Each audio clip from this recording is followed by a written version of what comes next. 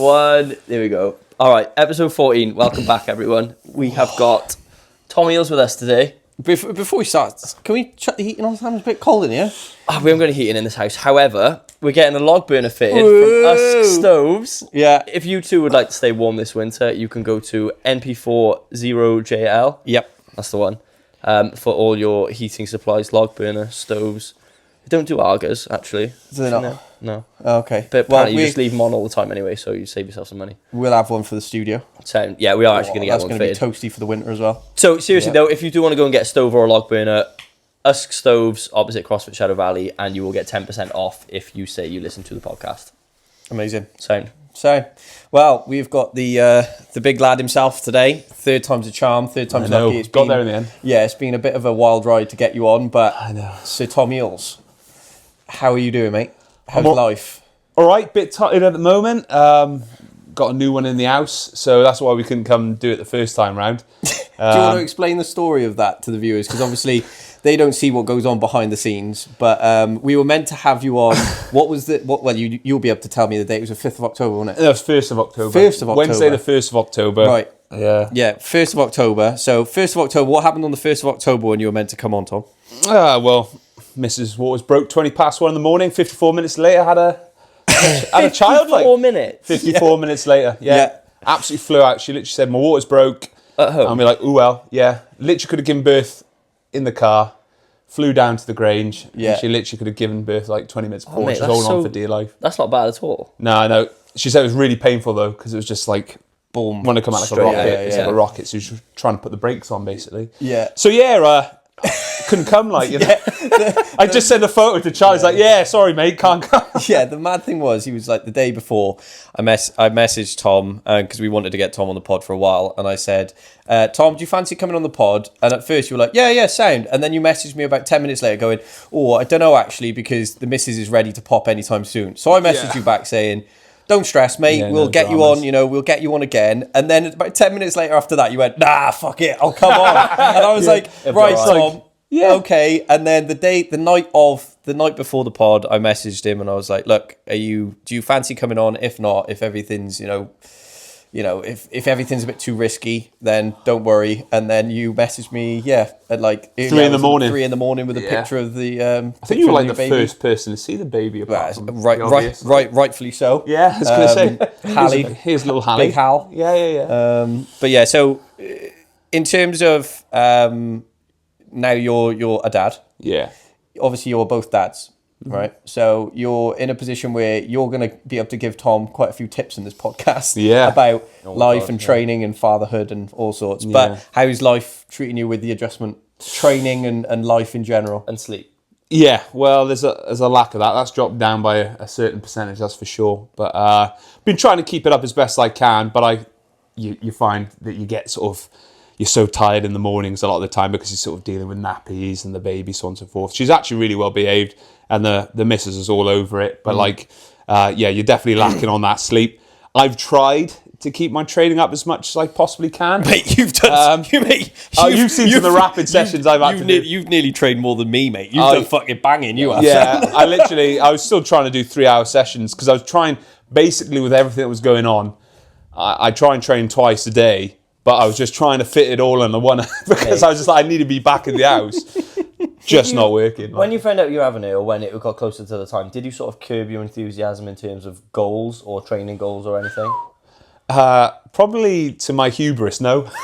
I just kind of tried to crack on as best as I could. Yeah. I was like, I can do this. I'm not going to be one of those people who puts my training on the back burner because of making excuses. But realistically, it becomes quite taxing. Change, you shouldn't, yeah. and things do change, and you have to adapt. So that'll definitely be something I would be doing moving forward. I think it's it's smart as well, because obviously you coach as well. Yeah. So if an athlete came to you and they said, look, I've had X happen in my life, it might be a child, it might be moving house, it might be starting a new job, it might be like work stressors.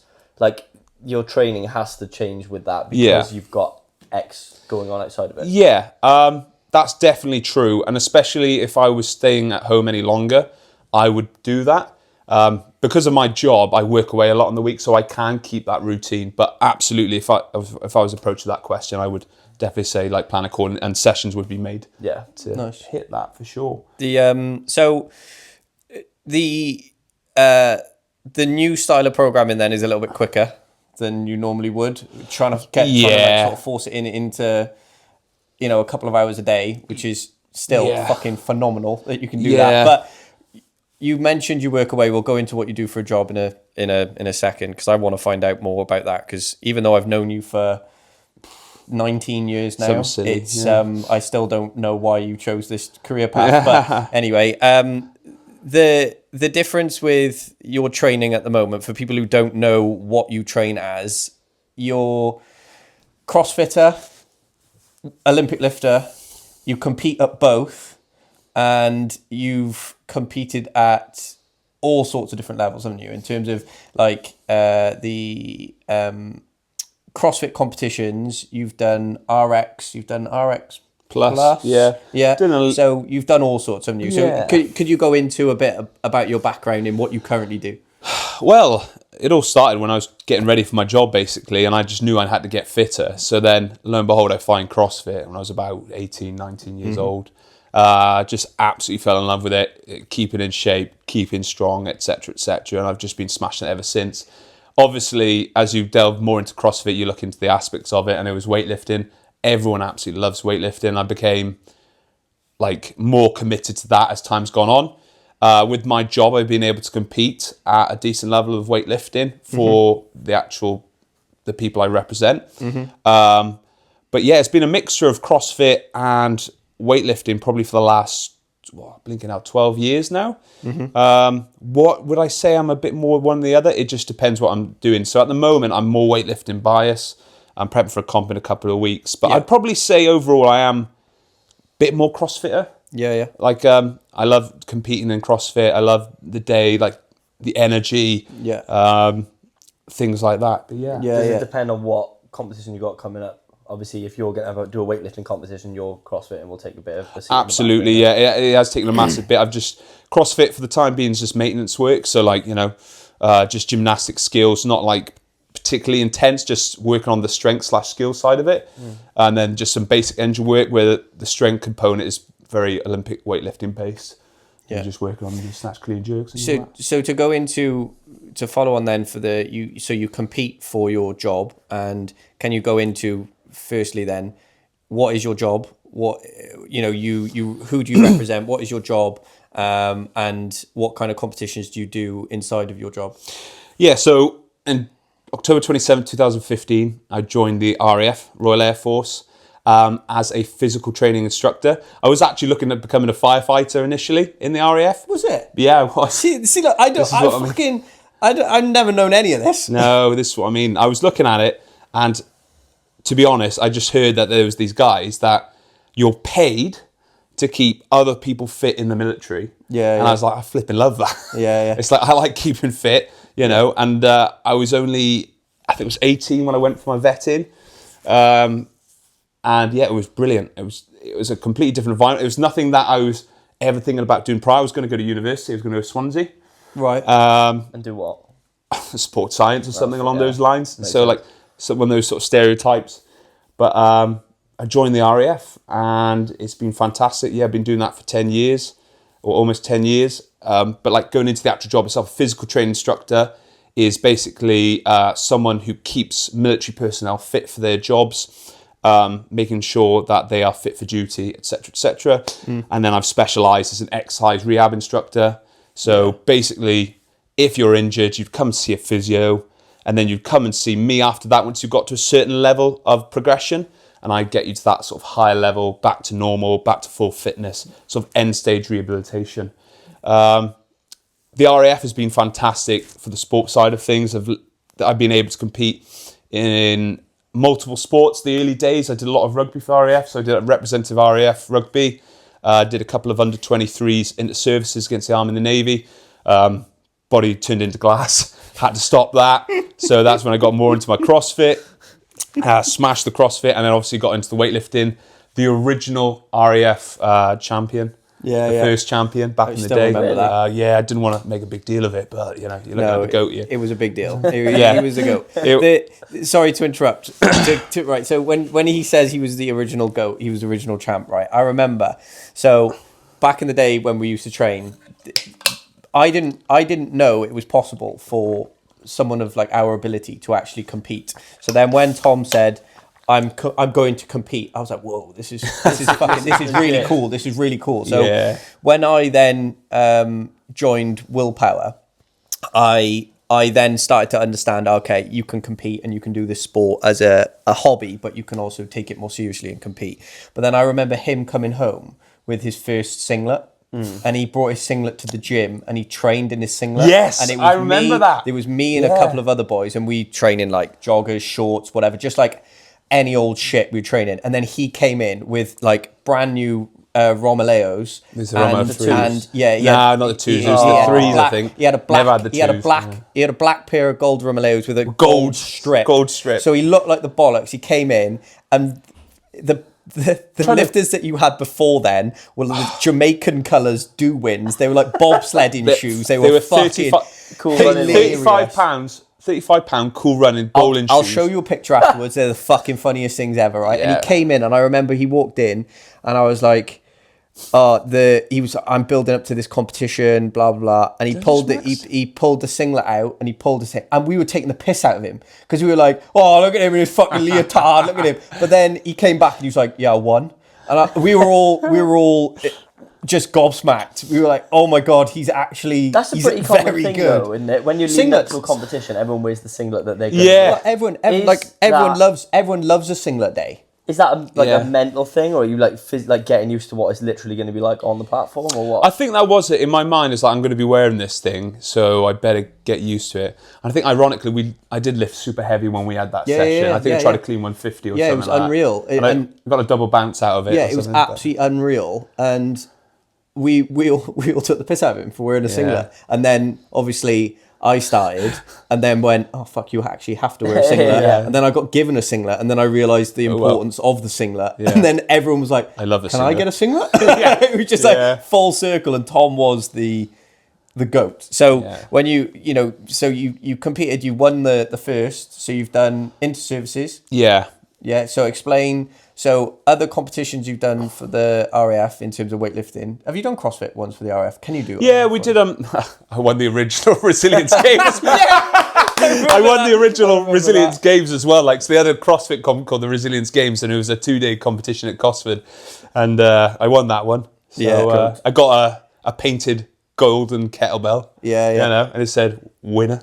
That's as good as it got. This goes back to the fact that your name on Instagram was TC Diverse Training. Oh yeah. And I always used to tag him in the stuff, and I was like, the most diverse bloke I know. Yeah. But if you actually look into the meaning that they all rave about now, saying like a hybrid athlete, he's the definition of like you are, because you went from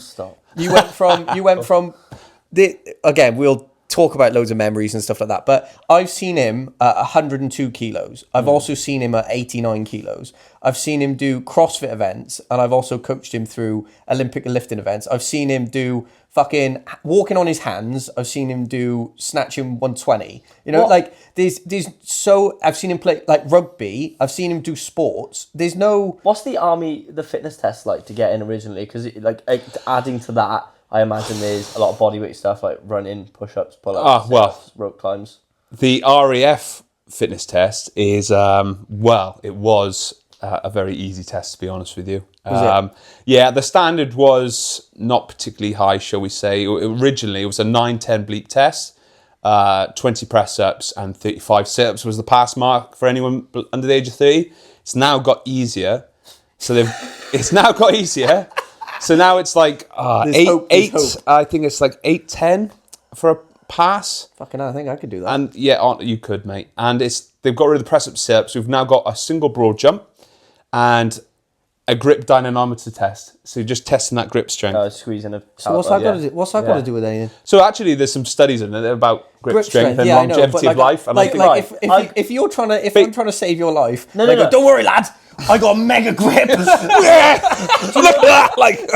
this is the correlation between those studies and the longevity thing. So it's not actually how good your grip is how long you will live. It's the carryover. You will get a better grip strength from just being capable and training. So the idea is, but literally, my nan fell down the stairs.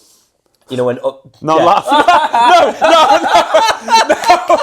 I was only laughing because I was like, she's fine because her grip was great. Like, you know what I mean? Right. So I'm not laughing. She's hanging onto the banister with like, one arm. Yeah, like that. Anyway, she died. I'm not. Oh.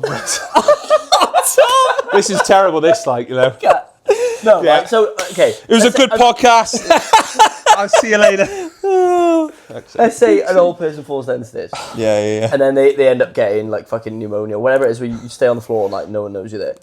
If you were to fall and you got really bad grip, you can't grab the banister, so you just end up falling. Yeah. Whereas if you fall, me or like either of you two fell and we just grabbed onto something, we're fine. So that was the correlation between grip strength and longevity in the sense that you're just more capable. It's not like the test itself. Because there was one with the circumference of your thigh and the amount of muscle in it and longevity. Yeah. So I don't think it's like how much you can squat is going to be... the standard of life. Standard of life as well, because you can stand up from the sofa from actually having enough leg strength to stand up. Yeah. But having enough muscle is a very healthy thing. Obviously, you can take it to extremes and take a load of gear, but having enough muscle... They live forever, like... is one of those things. Yeah. So, you go... sorry, I did have a question. No, go for it. Go on. Right, what's your opinion on the army and the military dropping their standards to allow more people to get in as time goes on? Again, I can't speak for the army per se because they're a different sort of... They've got their own fitness test and actually better fitness testing, to be honest. Do they? Yeah, so I can't remember it entirely off my head, but they'll test pull-ups, trap bar deadlift.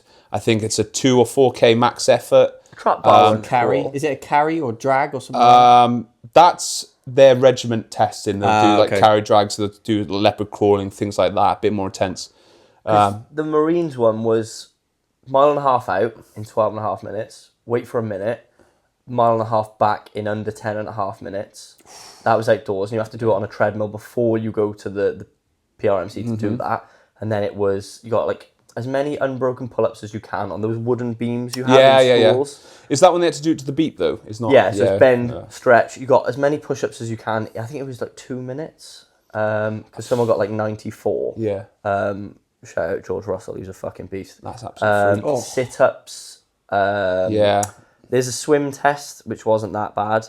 And then you've got like bottom field, which is like obstacle course. And then there's other ones like an endurance course and things like that. But like proper brutal tests. But as time has gone on, everything gets a bit more... Yeah, it has gone that way because I think they want to get more people into the RAF. But apparently our fitness test was one of the hardest in... I should know the name of this really. You know, the organisation of basically NATO.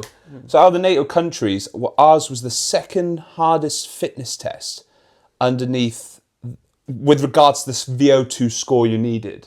Underneath, I think, like the Paras or the Marines or something along those lines. Jesus. And it was only the New Zealand Army who had a higher one than, or like, it was something like that. We were quite high anyway, so that was the other argument of why they had to reduce it. But definitely, the reduction of standards is just opening the door to more people. Unfortunately, ironically, by lowering the standards, you still get people with maybe not the best attitude towards fitness, and they get through. And even though they sign the dotted line saying, look, I know fitness is a part of my life, they don't really respond to that. No. What is the case with, so you pass the fitness test to get in, same as the fire service and I presume the police. Yeah. What is the then ongoing standards you have to maintain once you're in? Yeah, well, it's all changed again as well. So it used to be, so if you get a green pass, it's an annual test. So if you pass the green standard, which is like the lowest, that's a green pass, you get a year off before you have to do it again. Light blue used to be 2 years. So when I joined up, green was 6 months, light blue was a year, and I think dark blue was 2 years.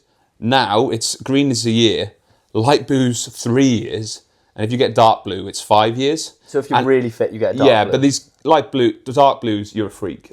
You are. I'll get light blue. I won't get dark blue. I think originally it was a 15-4 bleep test, which is hard. That's absolute nails. Like, you have to be a bit of a freak to do that. But it's now 5 years. And now, this is the other thing, like, which I think is still up in the air. If you've got light blue, you can then self-certify. So what that means is, Fucking hell. when it comes to your due date, you can send in a VO2 score via your app or via your watch. Your watch shows your VO2 score, and that. To be fair though, if you're the type of person that can be that fit and you've got the diligence Correct. to get there, You're not going to lie. you presume Dark blue, fair one. Light blue, it's not particularly high anymore. So you get all sorts of characters doing that. You can get someone like, I don't know, Mo Farah, can you whack my watch on for me? Oh, I see. Go and do a run for us. But you think they man. would be like the character of person that wouldn't do that if they trained that hard to originally get that score in the first place? Yeah, I definitely at the dark blue standard. I think the dark blue standard, you can definitely guarantee that they're a very fit human being and they like to keep You fit. could probably Light tell. blue's You pretty could probably good as tell well. as well by just how they look. Yeah. You're like, right, okay, you are. Oh yeah, no, come on now, mate. You look like your VO2 max ain't that. Like, you look like a mutant, like fair enough, you know what I mean? No, so the standards have kind of dropped then. So when you're in your job, so you're rehabbing people. yeah.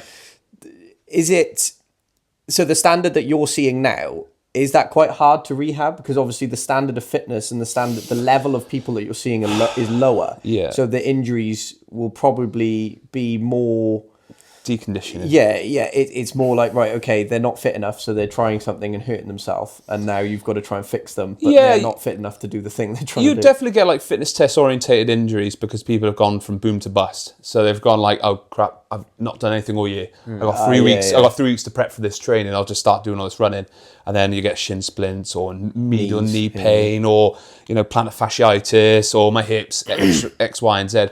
But yeah, I think a lot of the injuries are due to deconditioning or, just degeneration. I think that's like a general thing though. The most, especially with running now, because High Rocks has come out of nowhere, most of the injuries I will see in our gym is just either load management of doing too much or just starting from nothing. And instead of going, right, I'm going to do 2 slow runs a week for 3 weeks, then I'm going to ease up. It is just, I'm running 5 times a week and then everyone's injured and everyone stops. And that's the thing with the High Rocks, like not knocking High Rocks at all. But it's exactly that. Like these guys are just whacking on that volume when they actually haven't built up to it. And there has to be some sort of gradual build up, especially if you're not used to it. And you're like, oh, I'm going to do a High Rocks. It's like, no, you got to get your volume up. Considering you're going to be running 8 kilometers in the race, like you need to be able to do that. On top of doing everything else. On top of everything else, exactly. So the people you're kind of seeing then, has that changed the way you've trained or you train yourself? Or I know you've just started, or I say just started, I know now you coach your own athletes. So you have your own athletes that, are under your banner.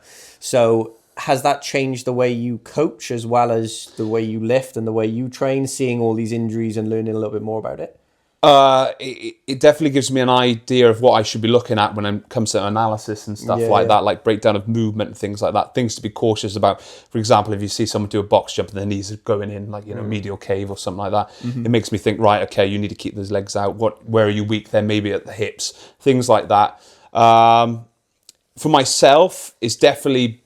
I think that was why I went down the ERI route. I actually remember they asked me on my course. It was like, oh, why did you want to do it? It's like, well, I've got quite a few injuries and I just want to know how to fix them. And they were like, oh, okay, fair one. I mean, it's not probably the best reason, but I was like, yeah, I just want to get on top of a lot of them. But it's definitely helped me with regards to like warming up, getting, understanding more about leg symmetry, like individual leg strength. That's incredibly important. Not just doing everything together because you may be just hiding some sort of discrepancy, something along those lines. It definitely gave me a sort of finer comb of my training or programming rather than being a bit more macro, would you say? This, because I know you coach yourself. So you coach yourself, and I think for a long time you've coached yourself, and I've seen you do different things in terms of, like we said, you favour your CrossFit when you do a CrossFit comp, you favour your lifting when you do your lifting comp. But there was a time where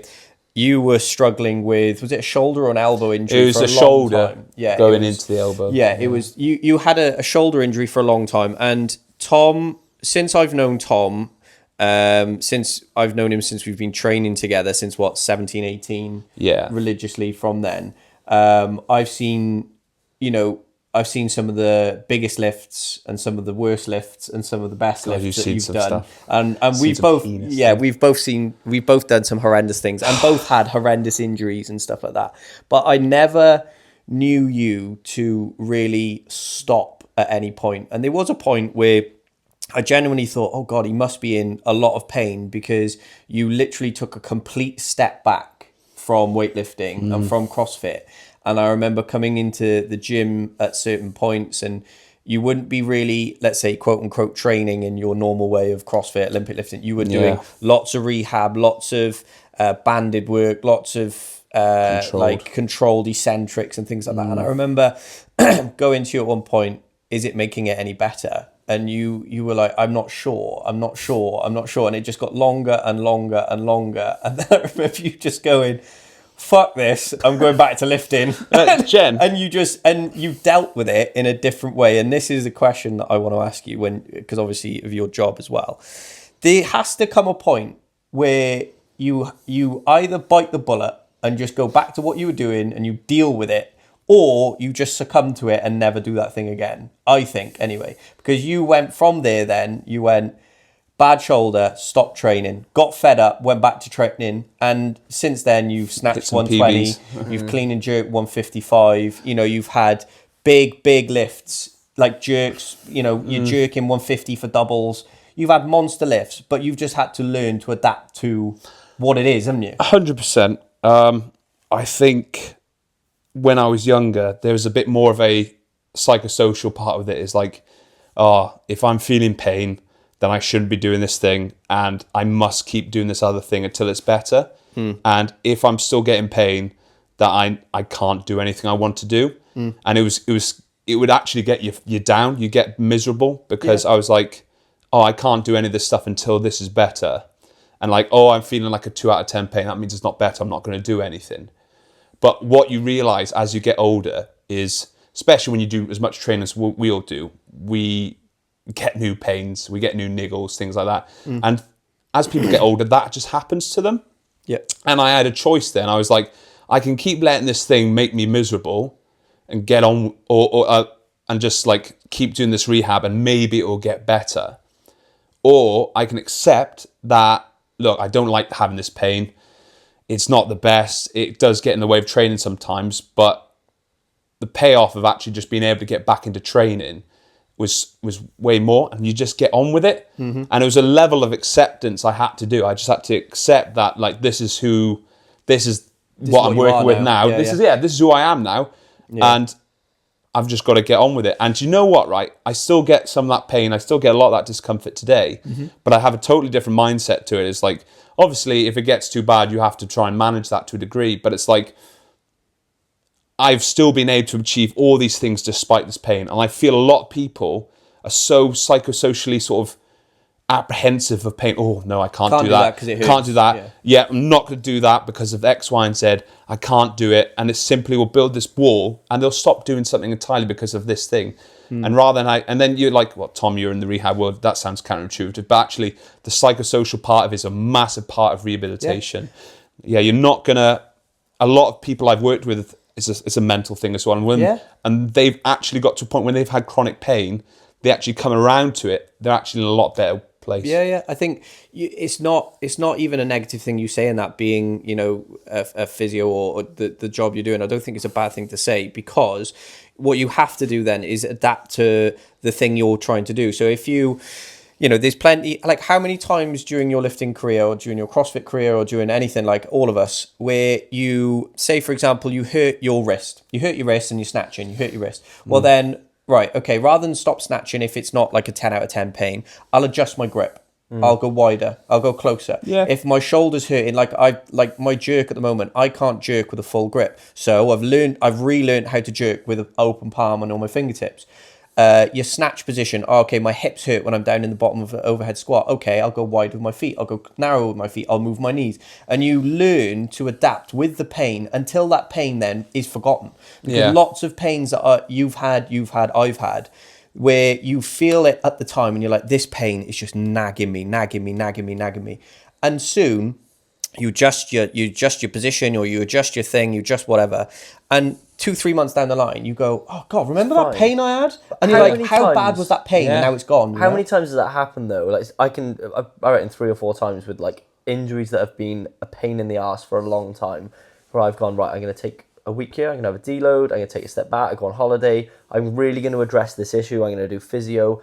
It's not really got any better, and I've gone, you know what, fuck this. Yeah. Just train, and you almost, like you said, maybe you just forget about it, maybe it's a placebo effect, but it goes away. It's the power of, getting philosophical here, the power of acceptance, basically. The ability to go, It is look, what it I is. understand this pain's still here, but it's not going to be the end of me. Do I like having it? Not really. But is it stopping me from training? No. Can I still find a lot of enjoyment from training? Yes. And then that ability to get on with it, it doesn't bother you as much. If you're completely locked in on that injury, I was, you were. I was miserable because I was like, I can't do anything until this is better. Well- and then that is completely negative mindset. That's the thing as well, is like when I remember seeing you during those times, yes, you were doing all the you were doing all the rehab. You were in let's say a physio's mind or someone from the outside going, okay, Tom has shoulder pain. Okay, he's not doing anything that causes him shoulder pain. He's doing all the right things. They would look at you and go, oh, that's the perfect student. He's doing everything that I'm telling him to do. But I could actually look at you and go, you look miserable. You look pissed off. You look tamping. You looked in a position where if I would be in the gym doing snatching and I would feel bad, I'd be like, oh, I wish Rub Tom, it in there. I wish Tom could Kicking do this. stones, I wish we could do it together, because there's lots of me and Tom have lifted together for absolute years, and I consider you one of my best mates, and I've seen you through I was thinking about it the other day, through pretty much every single one of your biggest Injuries. moments and your worst injuries. I've been there. The only one that I missed, which I would have been there for if they had allowed me to be, was the 120, 155. Literally the pinnacle. Which I actually predicted, by the way. I actually predicted it the day before. Mac. Yeah, Mystic Mac strikes again. I posted up a story on my Instagram saying, good luck, Tom. And it was me and him went on a night out once to the botanist, and he had a cocktail, was like a little jar. And on the bottom of the jar, I wrote, cooking up, and it said 120/155, and he texted me the next day and said I've hit 120, 155. But I've seen him through his in the same session. in the same session. It was the RAF champs. Competing, that was, and 6 for 6. We'll get into his competitions because it's a different fucking story. But I've seen him through his 200 kilo squat. I'm standing behind you. Your 150 clean jerk at willpower, standing behind you. 120 hang snatch, I was standing behind you. Your 116 snatch, which nearly snapped your elbows in half. It was the 120 attendant who snapped. The 120 elbow snapper, which I was stood behind you. Your biggest lifts all of your biggest lifts at willpower, I was there. Then the biggest lift, the 150 clean attempt outside that I posted on our page, I was there. Like, there's been so many moments where I've seen you being at your pinnacle, but then I've also seen you at standing there with a little band going. Couple external rotations and hours, and there was no joy in doing this. So this for is hours and hours. You just had. I had to a choice. Up, you do have to suck it up. Yeah. Because as we're all getting older, it's not getting easier, is it? No, definitely not. Keep going. Do you think people struggle? As I always find this especially with new people to the gym, people struggle to differentiate between pains in the gym, as in I'm like, right, especially let's say a Romanian deadlift, where do you feel it? And they're like, oh, I feel like my hamstrings and my back a bit. Okay, what do you feel in your back? I'm like, do you feel the muscle being used, or does it feel painful or like a pulling?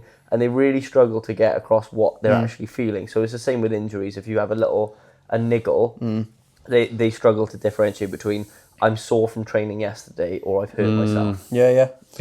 Definitely that. Well, it happens in my job, so I'm guessing it. Oh yeah. Well, it's the rehab world, isn't it? And you've got to realise you're dealing with people. At least with you guys, you train people who are used to sort of training.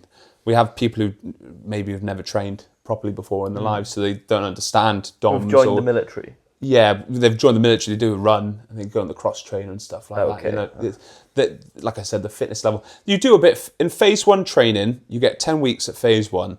And you do a lot of fitness, like it was like a mile and a half, battle PT, There was a bit on strength and conditioning, but it was very minimal because you didn't have the time. But you'd be dealing with a lot of people who don't have any proper understanding of it, to be honest. And you do have to educate them on certain pains and discomforts, you know. And then, it goes back to acceptance as well.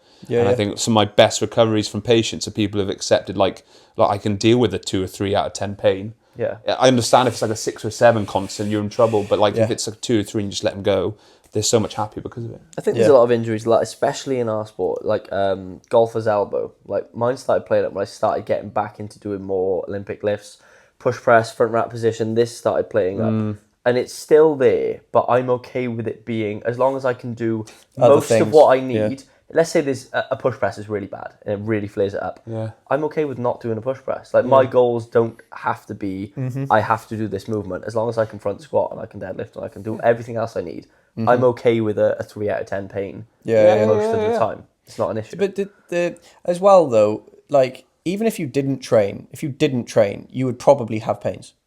Yes, I think you'd have a choice of pain. You know, how many people do you know who are, let's say, younger, older, whatever, and they will say, "Oh, I've got a bad knee because of this, or I've got a bad hip, bad shoulder, bad." And you go, "You've never been to the gym in your life. You've never done a hard day's work or graft, like, as in you're not a labourer or you're not a physical worker. Maybe you work in an office, and purely because you've been sort of,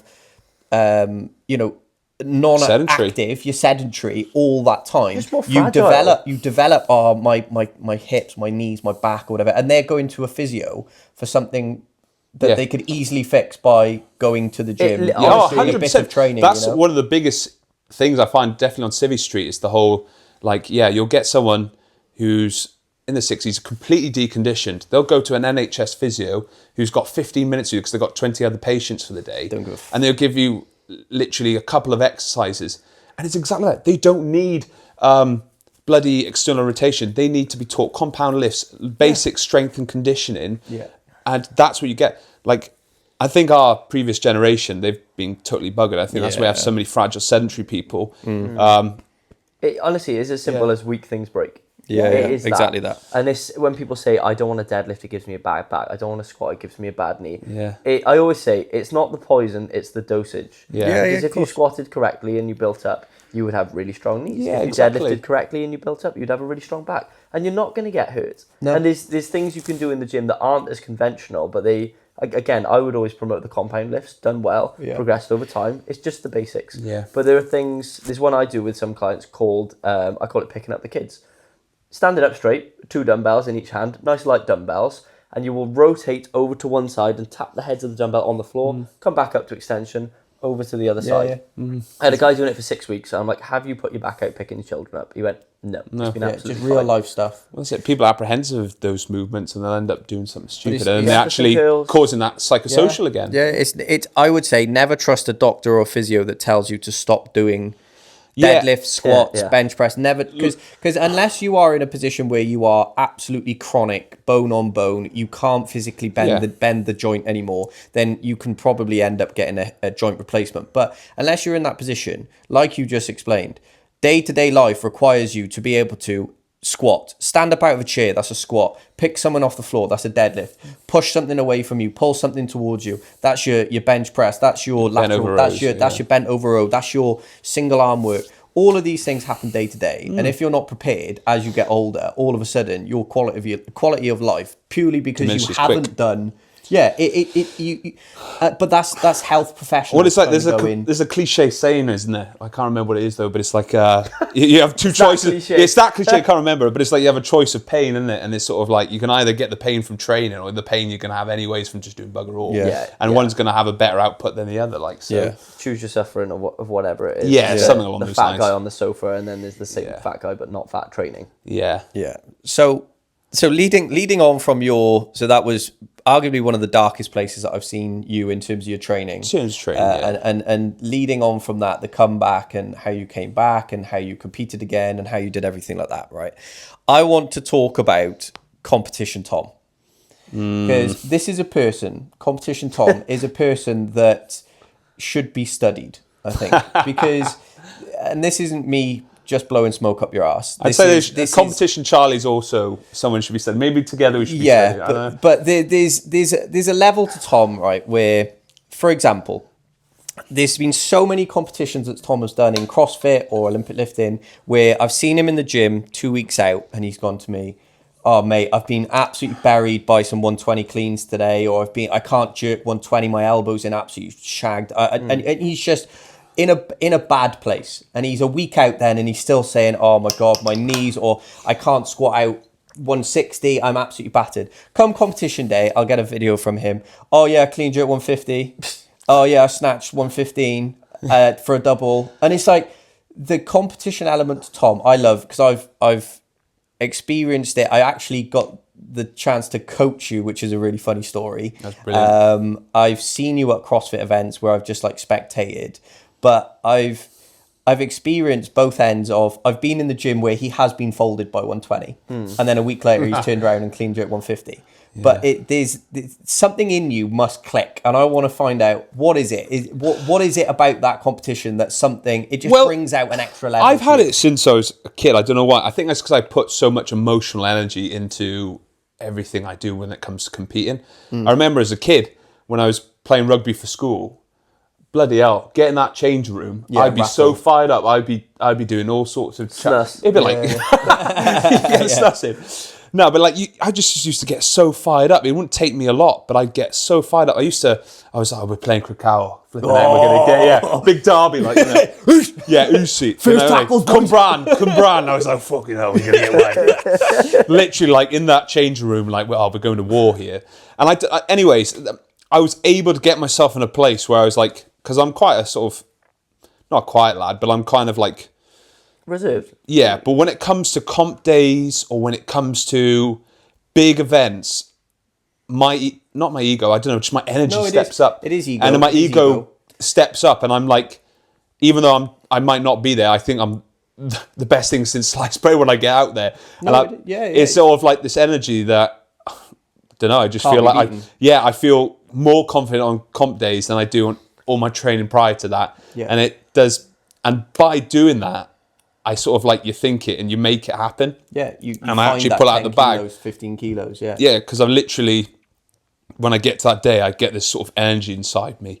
And that was certainly fueled with sessions like Charlie Mack and the days of like listening to hardstyle and... What do you mean the days? That's still now? They're still now. I can't do that. Mate, you're missing out. Mate, you're missing out. I'm not. There's an energy. There's nothing, right, there is absolutely nothing like... I know, and you're in it at the minute. You love it, like you're in a rock phase, and you love this. And I've got like rock playlists, and we all love that. We all love it. But there is just something that hits different. Honestly, it was like when you hear, it's more aggressive. I find it makes you more like, right, I'm gonna fucking fill someone in here. Yeah, you get this sort of energy, and it. Fucking come on then, let's go. It's like crack to me and Tom. So we'd have this. It'd be like where we used to do, what was it, big Christmas Eve, what was it called, big lift, we did that. Christmas Eve, CrossFit. Lift off, whatever it was, or something like that. Christmas, or it would be like, I remember first time I lifted 140, but the whole time it was a psychological thing going on with this heavy beat, and I'd hear the drop of like, Showtech Colours of the Hard Style, and I'd hear that, I'm like, fucking hell, let's go. And then, but you combine that with Charlie Mack in your ear, or if I was in his ear, and then literally like we were like, don't talk to us. Yeah, there's no level of every single session. I think there's probably been about 3 or 4 out of the, since we were 18, so 12 years. I think there's about 4 sessions maybe that we've trained together, which have been normal. Yeah. Everything else has been fucking loud, obnoxious, carnage, someone's PBing, someone's trying something that they don't deserve to try. It's just, I don't know what it is about the energy that happens. Like, for example, the first time I saw him, we trained a class in CSV, a lifting class. And he came back from, I hadn't seen you in ages. First time I seen you in ages, I said, I'll come to, I think it was Meg's class. Came to Meg's class. You went, what are you doing? I said, I'm doing some above the knee hang power snatches at like 95. And you were, okay, let's jump in. Yeah. Started, hits 90. Oh, that felt all right. I go 95, hit that. He goes 95. We look at each other. 100 goes on. It's So Yeah. 100. All of a Literally. sudden, 105 goes on. Then 110. Then I hit 114. He hits 114. Then he goes 120, and he nearly misses. He misses that. Literally, about 3 weeks later, I go, fancy coming down again? Comes down. He's like, oh, I'm feeling a bit fucked actually. I'm feeling a bit broken, a bit injured. I was like, oh mate, don't worry. We'll do some hang snatches again. And all of a sudden, I hang snatch 117. He's trying to hang snatch 120 again. It is just absolute. There is a moment in our session that's the best sessions though. That's what you want to get out of training. The only thing is, because you do it, like you said, I haven't seen you for ages, 3 weeks later, because they're infrequent, it works. If you two live together, you would both end up dying within a few weeks. But that's what we used to do. Yeah. This is what we did though. We trained every session. Every session was max out. I wouldn't say every session was max out, but there was always energy. There was always something. Like if Charlie was fucking snatching, I don't know, he could at the time he could snatch maybe 105 and he's snatching 80. I'm like, fucking get that bar up. It's like that 80's looking good, like, you know. It would always be some kind of energy like that. And then so Charlie wasn't just lifting, he'd have a bit of a fucking burn inside of him, right, this weight's getting sent. I can't. I don't know if you're going to get to this, but obviously I think the energy peaked. It was one of these competitions you did at Willpower, but I don't know if you're going to get to that. Your 152, 116? Yeah, 114. 114? But yeah, that peaked. Like there's so the thing I think that we share without going, oh, friendly friends, is you've been there for pretty much all of my biggest moments as well. So you've been there for my 120 hang snatch, my 152 clean, my PB total. You were there for some of my biggest squats, some of my biggest lifts at Willpower, like huge stuff. And it's something, if I know that he's there training. There's a step up. I just know, ignore your plans.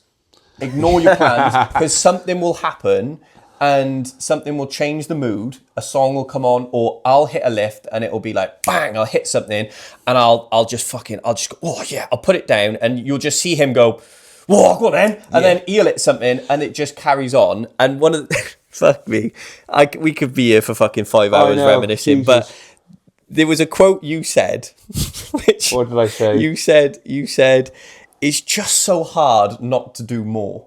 And right, this was, that was when I was like, I think I was coming back from another niggle or something. So he came back from a shoulder injury. Yeah. He was watching some weightlifting in the morning.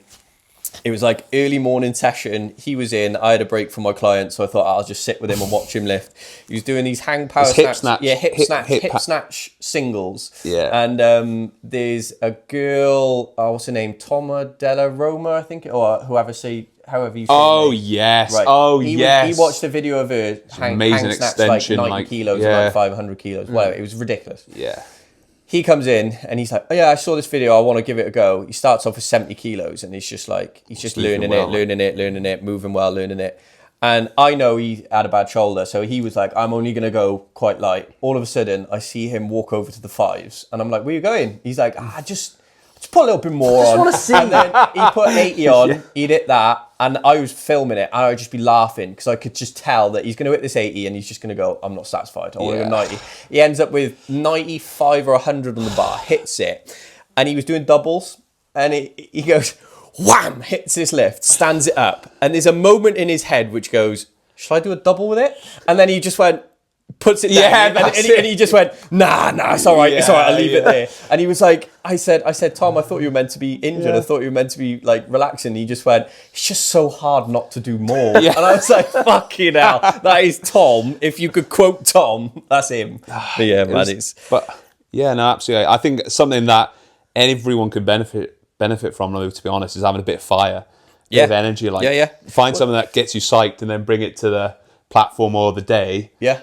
And you just you make yourself get there, really. But the confidence you show in your own self on the day of the weightlifting is like nothing that I've ever seen in terms of this disparity between your training number compared to your competition number. It's mental. Not to keep going on, but I got the privilege to coach Tom at RAF event one day. What was the competition for that? It was just, ironically, so what got me back into the RAF weightlifting was they invited original people like from the old school days. OGs. The OGs. They invited the OGs, and I was like, all right, I'll come and have a dabble. So I had no prep or anything like that. So he was sending me videos of him snatching, clean jerking, and he was like, mate, look at this. And it was like 125, and he got fucking drilled by this clean and jerk. And it was like... How far is this out from comp?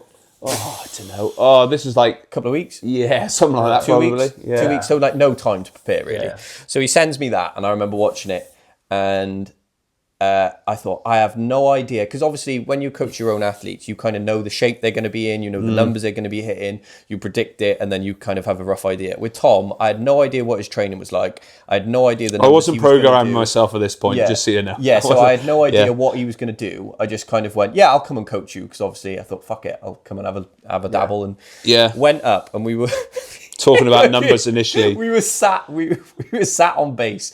We were sat in Greg's or Subway or whatever it was the Greg's. We were sat there and we were like, what do you want to hit then? And he was like, 9130, wasn't it? he was like, I'll probably open on like a 90 kilo snatch and a 130 clean jerk. And I just went, fuck off, Tom. I haven't literally told driven me 3 hours to get here for you to open on 90. I was like, we'll open on 110 or something like that. Or we'll open on 105, I think at least it was. It was 104 we did in the end. Yeah, it was like 104. We'll open on 104 at least. And... literally, as soon as the competition started, the lifts were just... It was like another person. It was like a completely different person. I was watching him snatch, and I was like, I've watched you fail 90 kilo snatches. You've sent me videos of you failing and saying, this feels so heavy. This feels unreal. Yeah. Literally on the day, it was like 100 kilos. Boom. Okay. Do we open on 104? Do we go up? And okay, hit 104. Boom. Okay, now what? And all of a sudden, he went from not snatching 90 to...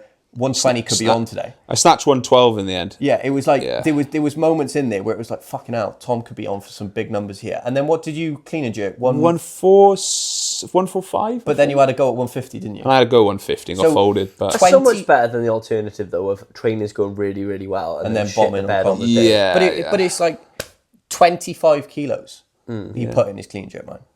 Yeah. He cleaned it. You cleaned the 150, didn't you? Adrenaline and caffeine. But it's like, do you want to tell him what your my drinking routine was? It black coffee, cranberry juice, Lucozade Sport. Was it you that was flicking between like 5 different drinks? Yeah, I filmed it on the day. So was there a Monster there as well? I'm not sure. There was an energy drink. You had black coffee. You had a tub of cranberry, a tub of creatine, a black coffee. You had a Lucozade Sport. You had, I think it was like a Monster or something like that, or a Knocko. It was a Knocko. Yeah, I have my madness. It's like caffeine just gets to something else to give me that boost, ready to go and smash it out. Yeah. I think it was just quick, easy energy with the Lucozade Sport. Fancy shitting your pants after. Yeah, exactly. Oh, mate, thinking I think I had about 4 or 5 poos that morning. Honestly, because obviously I was lifting. You're nervous anyway. Like, I know it does help the situation. But that's what I find the hardest. Master of pulling out the bag. Really, it's big cuffs. Mate, honestly, it's absolutely savage. If I could download what you feel like on comp day and have that and sell it, you would be a millionaire, because you would genuinely put 10 to 15 kilos on your lifts. And what I've tried to try and get into people's heads is having that almost confidence, but it's almost delusion with him. And that's not nasty. That's what I mean. It's not even nasty. I do believe it. Like when I'm up there, I'm like, that weight's getting smashed. Like I'm like, because if I'm thinking like, ooh, am I going to get this? Yeah, you're not going to get it. You have to have that sort of level of like, I'm putting my all into this. I'm sending that bar. Yeah, like the time when you came back and we maxed our hang snatches, he attempted 120. The hang snatch that we were doing, that wasn't on his program. He hadn't been like prepping for that. He hadn't been like, I'm going to do 4 weeks of Charlie asked me to do snatch and prepping it and building it and becoming stronger at it. And then all of a sudden, I'm going to try and hang snatch 120. He literally turned up on a Friday night and went, what are you doing? And I went, doing this. And he went, I'll max it then. And there's just that rawness of, he's still got that, what we had when we were 18. And it gets bred out of people. Yeah. And people talk about it. I think people are scared. I think people have been like seen as like, it's a bit cringe or a bit embarrassing or something like that. Like, but it works. Well, I think it's necessary though to do those things. Yeah. Like, what's that saying? He who says he can and he who says he can't are both usually right. Yeah. Like, if you're walking out to a bar or you're playing rugby and you're like half-assing out of a tackle, like that's when things go bad. Yeah. Like if you shit Your head goes down, everything goes down, doesn't So it? if you're walking up to what? Sorry, no, I'm just going to talk about his rugby career now. His sevens rugby career. No, I'm all for that. Fuck 2 me, minutes go on, long. carry on. You fucking... No, what I'm saying is if you're going out to the platform and you're like, oh, I'm not really sure about this. Yeah, like, you've you're gone. not gonna Your head's make gone it. already. Yeah. Go on, those sevens. But this is another thing with Tom. With things like that, you are all in. Just you? full send. You could be... It could be like, right, we're going to go mountain biking, you're all in. We're going to go play rugby, you're all in. Yeah. It could be anything, like brand new, Tom's all in. And I remember you texting me when you were away, because this is another thing we could talk about, is you going away with the RAF and the trips you've had. But you texted me and said, they've asked me to play rugby sevens. And I thought straight away, he hasn't played rugby in ages. It's going to be loads Probably of sprints. He's going to years. definitely do his hamstring or his shoulder in contact. He was like, yeah, I'm well up for this. And I was speaking to Hannah at the time, because Hannah would come into the gym and I'd say, how's Tom doing?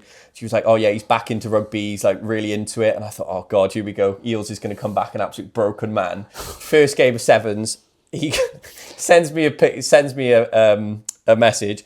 First contact, run over the top of someone, scored a try, also done my hamstring.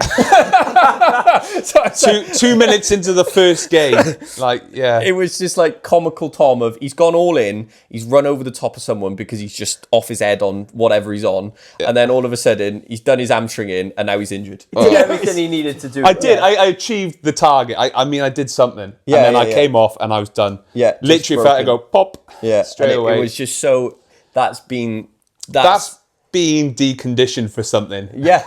All right, we go back. Yeah. But with the RAF, you've travelled to some pretty cool places, and you've done some big trips. I've done loads with the RAF. I've done 2 out of areas. Obviously to Falklands for 6 months, and then recently to Cyprus. What's out of area? What does that mean? Basically, when we have to go away for a certain period of time to do work somewhere else in the world. Okay. What about like conflict or tours or anything? Nothing like. I'm PTI, so like, let's put it this way, boys. If I've got a rifle in my hand, it's World War III. Shit's into the fan. You're going to war. You're going to war, and we're all gonna be like, oh shit. So there are parts of the military then that won't get drafted away unless things really go there's bad. the RAF regiment. So when it comes to the RAF, the actual soldiers we have are the RAF regiment, all right? And then you've got the army, who are all soldiers first, and then they go into the specializations. Where the RAF, you're meant to be soldier first, but you actually got trades. Yeah. So in the army, if they want to be a PTI, they have to serve in the army, and then they go down the army corps, then they'd specialise. In the RAF, I've joined as a PTI. I am PTI through and through.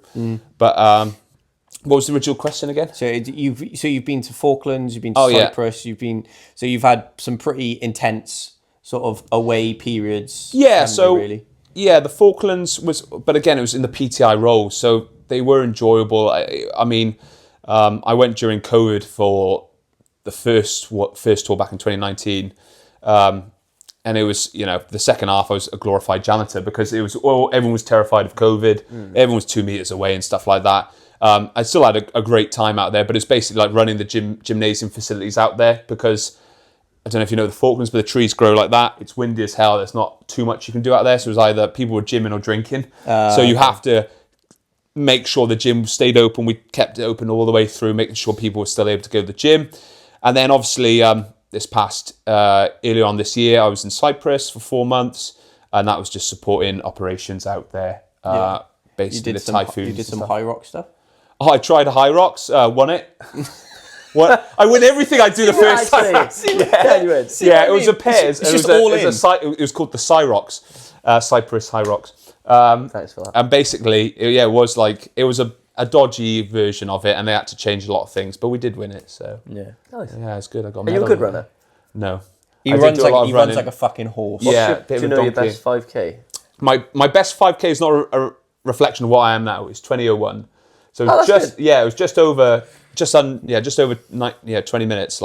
So it was fast back then. You asked me to do about now, probably about 23, 24. That's still very respectable. He runs like a Shire horse. When you hear it, it's like Yeah. You could like Tom when he does. So put it this way, right? You're quick and you're light on your feet for such a big lad, but you can if I'm in the gym, obviously. Basically, where our gym is, if you're doing a 200-meter run, it's a lap of the gym, so you go around the building. When he's like running around the corner, if you'll stand, you can be like, yeah, Tom's coming. Yeah. He's just like. Well, let's put it this way: like I did a competition back in August, strength and depth, and I think the last day I was going in, I was actually in 6th in the RX bus. I was like, fucking hell, I got a chance here. I finished 40th in the run out of 62 people, I think, or something like that, and that knocked me down. I was 12th overall in the end. Yeah. But like I was in really good stance. I was actually 3rd at one point, but we were getting to it. Running is my Achilles heel, and that doesn't make me very hybrid. Like Same. I'm almost hybrid. Same. I'm like, yeah. High rocks is not on the cards then for you. Nah, not unless I'm having a midlife crisis. Do you know what? I think you look at the elite athletes in the sport, and you're kind of like, I don't really want to look like that. Well. Like maybe like some of McIntyre. There are some aesthetic guys in there, but a lot of them are sort of a bit more in there. That's not from High Rocks though. That's aesthetic guys that have just now taken up running because High Rocks is a cool prominent. thing to do. Yeah. How long have we been? An hour and we'll probably go for like another 20 minutes. So we're barely covered. Yeah, sweet. What are the essential questions you want to find out? So talk some funny stuff. Yeah. So I've got. Can I ask you something? Yeah, go for it. So right, I always see it, especially since having kids, because obviously my algorithm's changed for the past 4 years, whatever it's been. Of the I'm a dad, so now I have to be super fit, or I have to be capable. Yeah. What's your opinion on this? Of people having children and either training, getting in shape, not being in shape, being lazy. Like, where do you stand on where you should be as a dad? Where you should be. That it's hard to say should, because it's in the ideal world we'd all be able to maintain fitness, keep fit, keep strong. I think that's what we should all aspire to as a plateau. It's not as easy for everyone. Everyone's got their different mental blockages and like understanding. People haven't been as lucky as us to get into fitness and stuff like that. But I would, as a gold standard, you definitely should keep yourself fit, because you're an example to them. Like, you know, our dad's doing this because he's trying to remain fit. That's something. Be proud. They want to see you in the stands watching them play and be like, "That's my dad," not that. That's my dad. This is what I mean, and that having that discipline, you are a reflection, and your children will see that, like your ability to say no to things, or your ability to like say, "Yeah, I am going to the gym despite feeling like this. Yeah, I am still remaining committed despite all the stresses of my life." I think that's they pick up on what you do more than what you tell them to do as well. If you're saying, no, you need to be kind to people, you need to look after yourself, you need to be disciplined, you need to eat healthily. If you're not doing any of those things, they're like, bullshit. And it's still, exactly. Like, My only gripe with, this is why I asked the question, my only gripe with that is everyone saying you need to be really fit as a dad, you need to be someone to look up to.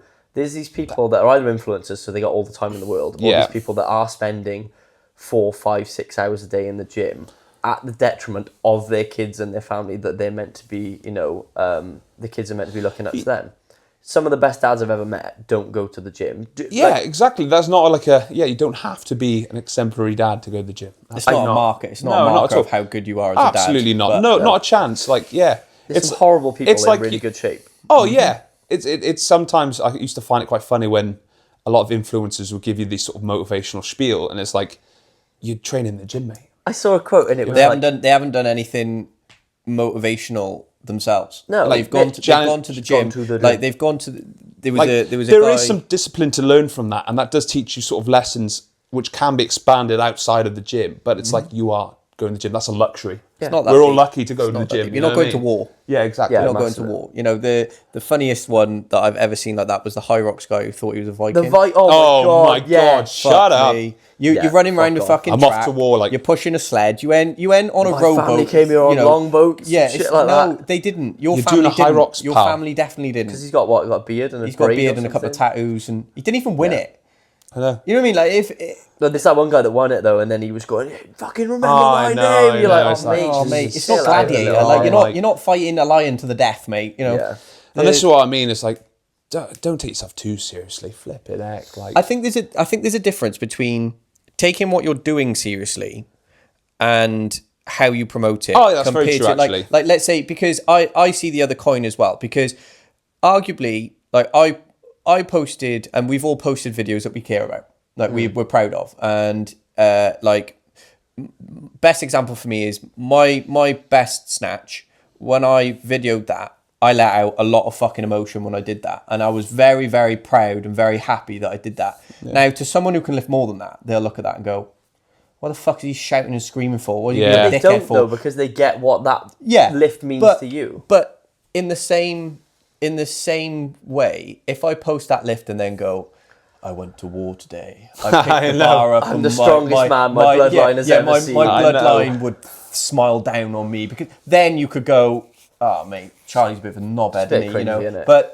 I think we can all take the thing seriously. It's just how you promote you taking the thing seriously. Oh yeah. You know, the way that he did it. I don't know whether it was rage bait or whether it was like just trying to gain a little bit of like attention, of almost that negative attention, which gets you clicks and gets you follows, because people will then almost want to see. Influencer, and that's Well, I think it's trying to push some sort of narrative, false masculinity narrative that, you know, that he is. But there's so many influencers now that you can, like, there's a guy who posts a video and it's a funny video and it's him in the gym and it's like dark editing and it's him and he's like it's like Rocky quotes over the top and he's doing like lat pull downs, and then it shows the unedited version and it's like a bright day, he's in America in this beautiful looking gym, there's just like nothing's going on, he's just there doing a couple of reps, and it's like the edit of him doing that makes him look like a dickhead. If he just posted him doing a lat pull down and went, look, I'm in good shape. I'm training. Look how good. I go, yeah, he's in good shape. Yeah. But the fact that he's gone ahead and posted a lion and a fucking bear on top of him, and you're like, I am a man. You know, and he thinks everyone's there like, it's like testosterone. It's that. It's just it's so unrealistic. What I was going to say, the quote I can remember is with someone giving advice to people about a morning routine. You need to wake up at 3 a.m. You need to have your ice bath. You need to have your green chai latte thing. And someone commented saying, my 2 kids are trying to stab each other with crayons. I don't have time for this. This doesn't work in the fucking real world. And my relation to that is, so for anyone watching this, all the videos that get edited online, if we post like 7 videos a week, Charlie has probably done 5 or 6 of those videos. And I'm always like, mate, I really try and get them done. And I'm like, stopping the kids from killing each other is a majority of my time at home, whereas people who would be like, you need to get your shit in order, you need to work, you need to do this, and you're like, it's just not real life. The change in responsibility, isn't it? It's you're not only looking out for yourself there, you're looking out for you're going to have 3. You've hard got 3. As well. You know, you're looking out for kids. Essentially, they're not old enough that obviously when they get older, you'll have more time. Easier, but it's at the moment you're at that stage where you can't take your eyes off them. Part of being a dad is being there and being present and not like working while your kids are begging for your attention. But also part of being a dad and a father and a partner or husband or whatever is providing. So half of that as well is you have to put food on the table and you have to earn money. So it's a really fine balance of trying to be there when you are being there. Have you ever read Jason Kaliba's book? No. Mate, it's really good. He wrote it when his daughter was going through chemo, and he's like, you can hear him like talking about it in the audio, and you're like, fucking hell, this is rough. Hard, yeah. But it's basically called AMRAP mentality of you split your day into sections. When you're being a dad, you're being the best dad you can be for the hour when you've got the kids or whatever it is. When you're in work, you're not fucking about on your phone, you're not doing anything else. Get the work done so that when you've got these different days of your life, when I'm training, I'm working, I'm at home, you are just worried about that. You're not mixing between your the brain two. isn't linking 4 or 5 different things together. It's just focus on the one. No, that was really good advice actually, and that's a good book. That's great bit of advice. With time. So, talking about advice, this is one of the questions that I was going to ask you. So if you could go back to, let's say, 18-year-old Tom, right? So back to when life was, we didn't know anything about anything, and we just basically maxed everything out and caused lots of injuries, caused lots of problems, but lived some of the best memories I think I will ever have. What would you give 18-year-old Tom as a bit of advice that you are now 30 years old, 12 years older? What would you say to Tom, or what piece of advice would you give him just to like nudge him in the right direction. Buy Bitcoin. You read my mind there. It was literally like the first thing I was going to say is, as financially, buy Bitcoin. I asked Nick this question off. Like, it wasn't one of my questions for him on the episode, but I asked him because I was just thinking about it off the top of my head. He said exactly the same. It's literally. I think anyone we ask who mate, we're too busy. I was too busy listening to Bass Hunter. And stuff like that. You're gone. Yeah, now you're gone. Like literally, like a bit of Scooter or something like that. Still listen to that to this day. Yeah, so nothing's changed. Yeah. So what would you say? What would you give? Well, jokingly, obviously, buy Bitcoin. But, I mean, training-wise, I would say spend more time building a foundation, getting the compound lifts in, bit of unilateral work, and just building yourself up gradually rather than just max out. Then obviously that's what shaped me today, though, to be fair, but it's one of those things, just building that foundation. Life-wise, read. I just say read. I didn't read at all when I was young, and I just wish I read more. Yeah. And I would read as much as I can, because I think you just learn so much from other people, and it's actually helped me massively reading over the last couple of years. What's your favourite book? My favourite book? Wow, right now, well, one that's just sort of helped me on a personal level was a book called How to Stubbornly Refuse to Make Yourself Miserable About Anything. Yes, Anything, by Dr. Albert Ellis. And it's just basically a book that taught me how to rationalise some of the things that come to us in life. And it was brilliant because our beliefs about things basically make us, shape us, all right? And you believe something strong enough, it has that control over you. And that made me look inside. It was the first thing that made me realise, like, all of my issues come from myself. Even though there's all this external stuff going around, it's how I perceive that makes it affect me. So by able to rationalise all this stuff, I was able to break it down and actually go, yeah, it's still happening. I don't like it. I prefer if it didn't happen. I prefer if I didn't think that. I prefer if that were not to happen. But if it were, I'd understand that, like, you know, I could still have an enjoyable life. I can still do these things. It doesn't really have an effect on me ultimately. And it helped me rationalise life. Telling myself that, and it would have saved us a lot of stress about things that really didn't matter as a kid. If I was just reading a bit more interested. And I just encourage anyone to read more, because you can learn so much. The information's out there. So just reading is such an important thing, whether it be strength and conditioning stuff, whether it be just like read. Reading, and just don't sweat the small stuff. Like, you probably just sort of panicked over so many trivial things. You know, my favourite quote, I'll forget it now as I say this, on sweating the small stuff. I think Matthew McConaughey said it as like an older man talking to himself. And he said, most of the biggest tragedies in my life never even happened. Yeah.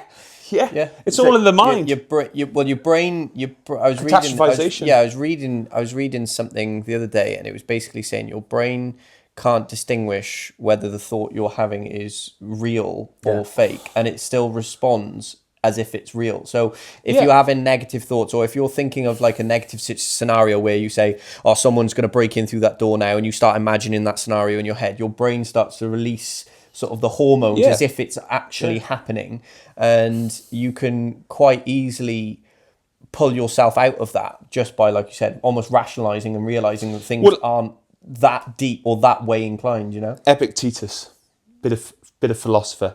Is that how you say it? Epictetus, I think so. Am I saying it wrong? What did you say? It's like Epictetus. I think it's Epictetus. I don't know. Don't quote me on that. Go on. Either one. But basically, I think it's from him anyways, and it's the one I stick by. It's on my whiteboard at work, and it's like, choose not to be harmed. If you don't feel harmed, then you haven't been. You share every now and again that you'll share a quote or something as a sort, or I will. Yeah, we like each other. Because it's true though, because it's all on the internal. And when you stop looking out and like, oh, that's the reason why I'm so upset. That's the reason why I can't do this. Why it's like you can't control that element. It all comes back to you. I'd show you, but my phone's obviously recording this. My screensaver is everything's your fault if you're any damn good. Yeah, I love that. I saw you. Fuck yes. Yeah. You can't the controllables in your life are obviously you, but the uncontrollables, if you choose to be upset by them, well then you can't control them anyway. You can't control them anyway. There's levels to, you know, if you can, when you're looking to change something, very rarely is it change someone else, it's just change you, and it change what you're doing. Can you do something about it? No. then don't worry about it. Can you do something about it? Yes. Then do something. Yeah. You know, I mean, it's just one of those things. I mean, obviously, it's never that simple. And, you know, sometimes when it comes to doing these things, it's difficult and challenging, but it always comes back to the self. Right? Yeah. Important. I'd love a philosophy podcast. Yeah. Well in for this. There we are. Well, The thing to go back to the training point of view, the thing you hit the nail on the head was build a base. yeah. And I kind of say it to my younger athletes, and I'll say lift for tomorrow, not today. And I don't want to sound like like a philosopher, but the importance of being able to lift is so important. Rather than lift a day, get injured, can't lift for 6 months. Lift a day, get injured, can't lift. Just the importance of having 4, 6, 8 months worth of training, a year's worth of training, 2 years unbroken without injury will develop you far quicker than you going and almost feeding your own ego by going, I'm going to do something that my body might not like be going able to see your mate at Shadow I was Valley gonna say, and maxing your hands. When you Do as are I with say. your mates, but what put it on the bar. Unless you're Chimac and Tom Eeles. Yeah, what you have to realise is, yes, I am being very, very hypocritical, but the base that me and Tom have, Yeah, it's like it's decades worth of training. decades worth of base. You have trained for 15, 20 I've years. trained since I was 15 years old. There's also decades worth of injuries. So we understand our bodies in a way of, if I pick this bar up and I feel this little niggle, I can pretty much tell that if I keep going, it's going to turn into an injury. So I'll stop. But Charlie of 21, 22, 23, I just associated that niggle with training and went, fuck it. I'll just keep going. Tom's doing it, so I'll do it. Bang. Oh, he's bulged the disc. Oh, he's out for 6 months. That's why an experienced coach is good, though, isn't it? Because you've made the mistake, so your athletes don't have to, and it's do as I say, not as I do or as I have done. Yeah. It does help. The build a base for any young, if you were, if let's say you were 18 and the scope or the ceiling of your abilities now, you still haven't found your ceiling, but your ceiling at the moment is, you are a very, very talented CrossFitter, a very, very talented weightlifter. Now, who's to say that you wouldn't have been able to do more if we didn't do all the stupid shit? But who's to say you wouldn't be here if you had, it shaped us. It shaped us who we are. But let's say, for example, because it wouldn't have been fun. But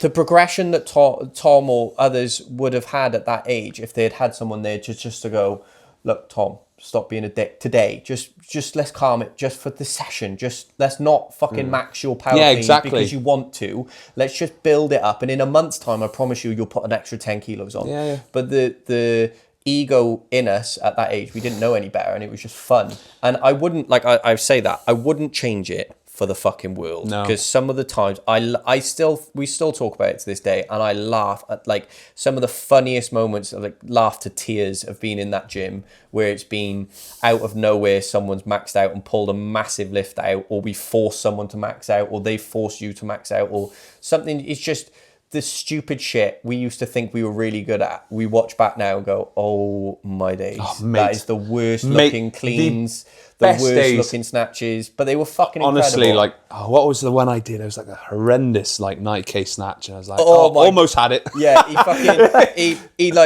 he my dyed blonde hair. Yeah, fuck me, you've had some horrendous hairdos. Yeah, mate. Oh dear, go on. I'll try and find the video.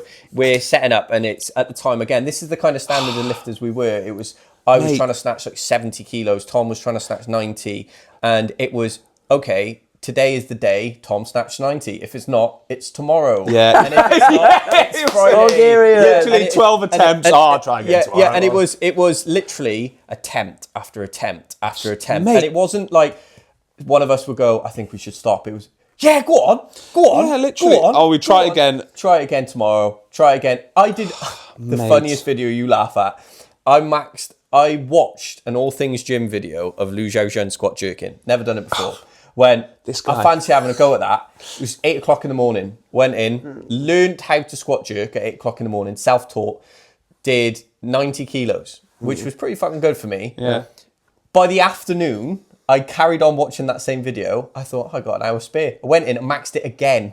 I got 95, so I put 5 kilos up, and I posted. You posted both of the videos the same day, and I was like, PB'd in the morning, PB'd in the night. Well, I tell you what, it was fucking unreal. It just reminds us when we first got into weightlifting and some of the things we used to do, you can You can get away with it. He knows what I'm doing here.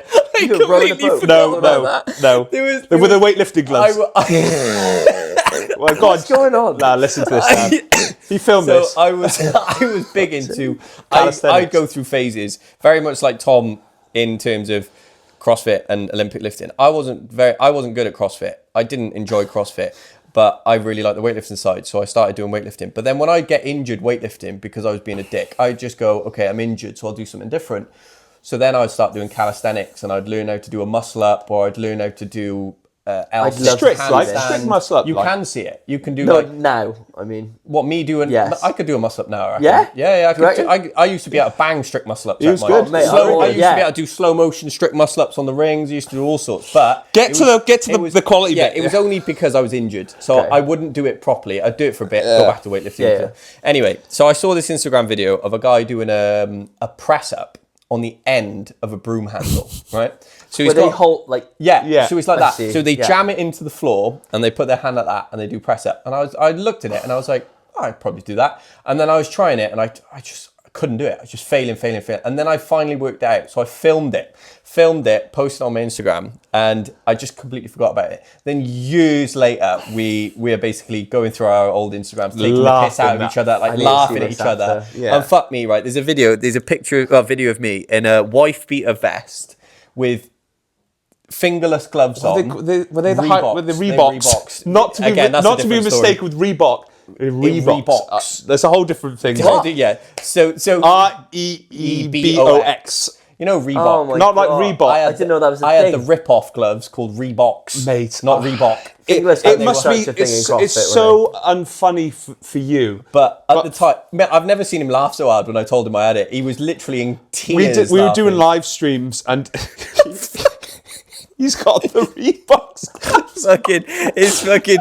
He's just like, wait a sec, they're not Reebok. Mate, It's really not funny. No one's gonna laugh. I'm laughing that this is generally we were creasing. I mean, live stream or something. It was like one person in the live stream. Reeboks. But anyway, so I posted this video and then we found we were going back through all our old lifting videos and laughing at our old videos, and then he found that and he posted it to me and he was like, what the fuck is this? And it's just like 19-year-old Charlie on this fucking broom handle shaking like a shitting dog doing 3 press-ups, and then I posted it because I thought, That's that cool. looks cool. We posted. We just fucking horrendous, mate. I need to see these videos. Mate, gotta show him Team No Power. Yeah, Team No Power.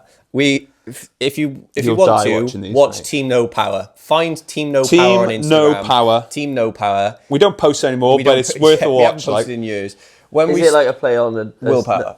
Yeah. Okay. Willpower. So Willpower was the best one. Team No Power was the shit one. And it was basically, we posted all of our fails, all of our funny things, all of the stupid, the worst things. Can we just put out there? A lot of them were things we thought were good as well. Yeah, they weren't just fuck ups. They were also I haven't seen this, so these are lifts. I lifted. I did. I was like, that's pretty good. I'll put that. Yeah. But then we'd upload it and we would just try and take the piss out of each other. But we post stuff on there, and there's a video. My favourite video on Team No Power, if you go watch it, is, I know what you're gonna say. Is Tom Eeles. He's doing a snatch balance in a squat rack. In a squat rack. So like a power rack. In a power so we've got the bars each side of So him. he's got bars each side of him. So if you don't know what a power rack is, he's basically in a cube. So he's a bar here, and then he's got safety bars there. And he's doing a snatch balance, which if you're unbalanced at all and you take a step, you're going to drop it. Because you either drop it forward or drop back. Tom goes into the snatch balance, goes bang, goes down into the bottom of the snatch balance, loses balance, walks forward with his hands still in that snatch position, doesn't drop it, and forces it back in the rack with his hands in it, and the noise is just like boom, boom, boom, boom, boom, plates are flying everywhere, and clanging him, and it's you see him smash into the rack, puts it in, and then you just see him gingerly walk away oh fucking hell. But do you know what I thought you were going to say? Is that, when you put the safety bars up? Oh, and it clangs on them. No, as you push your hands are there and you go down into the squat, your arms are going to be in the way of the safety racks catching the bar. Oh, no. I thought you were going to... Nah, lucky I didn't injure myself, thank God. He didn't, but it was so... But what was funny is we would also put comments underneath. So we were all coaches at Team No Power, and then I would post this lift, and then Charlie Mack would write a statement saying Tom Eeles has maxed out his snatch balance to rack or something like that. Something silly It like was that. unreal. Yeah, it's like I PB'd my quarter snatch. PB, yeah. And PB. I'd like where I'd have a snatch and I'd go onto my knees or something like that, and I'd be like, oh yeah. There was Tipping straight leg snatch. Literally straight legs. Oh mate, you have to see it. You need to edit the clips over these. Yeah, tipping straight talking. leg snatch. Is the greatest video of all time. Yeah, that's brilliant. Right, we have to wrap this up. Sorry. Yeah, we could go on all day, but fuck me. So Maybe yeah, I'll come again. If you haven't already, right, go on Team No Power. Well, follow S&C Hour. Yeah. At Then Team No Power. At Team No Power. I can't even log in. I've forgotten. Yeah, all the we don't know details, the but I logins don't are. give a fuck. Doesn't matter. Watch it. Watch some of the videos on there, and you'll It's realise how gems. stupid we were. But So thank you, mate. Thank you for making it, Thank Tom. you for coming on. Thanks for coming, guys. Thanks for chatting. Thanks for having me. Much appreciated. Lovely.